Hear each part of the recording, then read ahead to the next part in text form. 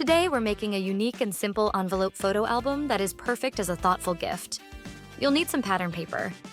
Choose whatever patterns and designs you want and cut them. 15 by 15 centimeters.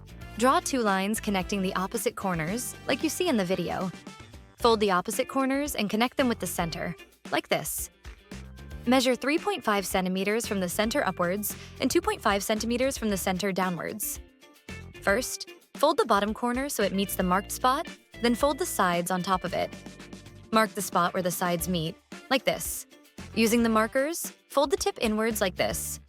Cut triangles on all sides as you see in the video. Erase the lines you drew previously. Fold the sides of the envelope. Glue this folded part, then add glue on the sides and glue the bottom of the envelope. Cut a piece of paper 9 by 6 centimeters and glue on it a paper smaller by 0.5 centimeters. I made other envelopes using the same technique.